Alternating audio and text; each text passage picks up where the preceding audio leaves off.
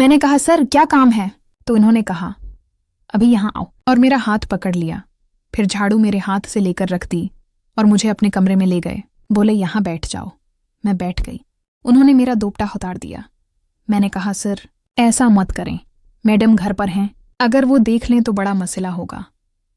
लेकिन रेहान साहब बोले कि वो सो रही हैं, मैंने उन्हें दवा दे रखी है, वो देर से उठेंगी। असल में मैं डरी हुई थी। रेहान साहब लंबे कद के, चौड़े और मजबूत थे।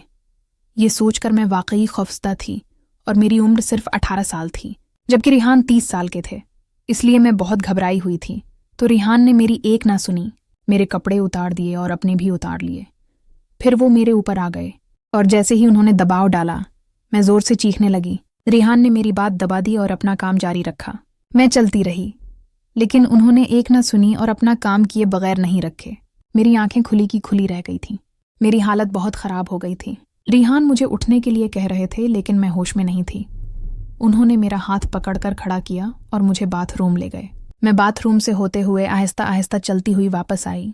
मुझे होश नहीं था। मैं खुद से चल भी नहीं पा रही थी। मेरी तबीयत बहुत ख़राब थी। जब रेहान ने देखा कि मेरी हालत वाकई नासाज है, तो वो फ़ौरन मुझे अस्पताल ले गए। वहाँ मेरा इलाज हुआ और 1 घंटे बाद मुझे घर छोड़ गए। जैसे ही मैं घर पहुंची, फरजान पहले ही मौजूद थी। उसने मुझे देखते ही कहा, क्या बात है? तुम्हारी तबीयत ख़राब है, चल भी नहीं पा रही।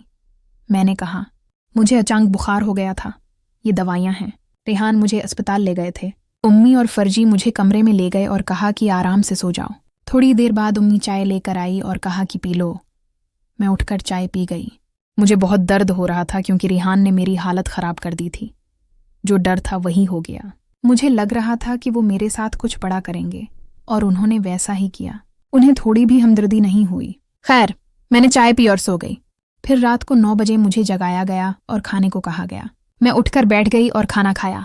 खाने के बाद मैं बाथरूम गई, दवा खाई और फिर सो गई। सुबह आंख खुली तो दर्द और बढ़ गया था। मैंने नाश्ता किया और फिर दवा ली। अम्मी ने कहा, आज तुम काम पर मत जाओ, फरजीन को भेजती हूँ। फरजीन ने कहा, हाँ, मैं अपना काम करके चली जाती हूँ। फरजीन ने जल्दी से अपना काम किया और फिर रेहान के घर काम करने चली गई। जब फरजीन रेहान के घर पहुंची तो उसने घंटी बजाई। रेहान ने दरवाज़ा खोला। रेहान ने फ़ौरन फरजीन को पहचान लिया। उसे देखकर बोला, फरजीन तुम यहाँ? फरजीन ने कहा, हाँ रेहान भाई, मुहर्रब की तबीयत ख़राब है, उसे बुखार है, इसलिए मैं आज उसकी जगह काम करने आ गई हूँ। रेहान ने कहा, ठीक है, अंदर आ जाओ। फरजीन अंदर गई और काम करने लगी। रेहान उसे बार बार देख रहा था, क्योंकि फरजीन मुझसे बड़ी और ज़्यादा वो सेहतमंद थी। उसके बाजू मजबूत थे। ये देखकर रेहान के दिल में बहुत ख्याल आए और वो उसे गौर से देखने लगा।